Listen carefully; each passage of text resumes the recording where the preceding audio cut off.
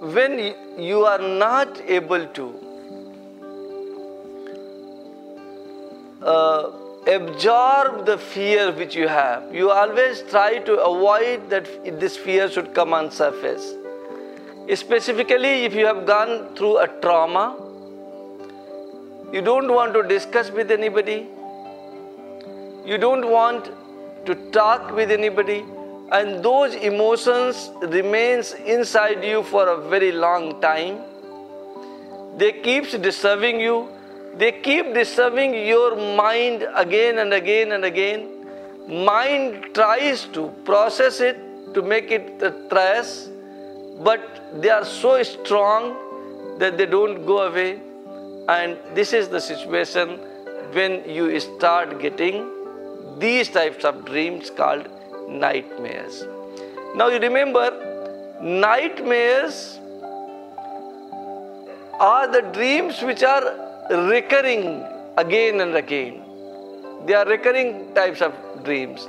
Suppose something adverse has happened to you and you start getting those dreams and the information is not being processed totally, then you get this dream, and then after a week you will get again the same dream, are a little different.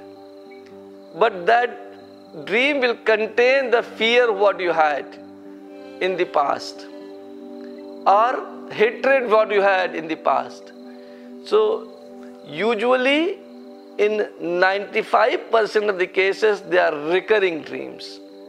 And that is why I have said that it is difficult for you to process them by yourself, and you need some external help. Who can tell you, don't worry, I am there with you. Unconditional love is the solutions for million problems.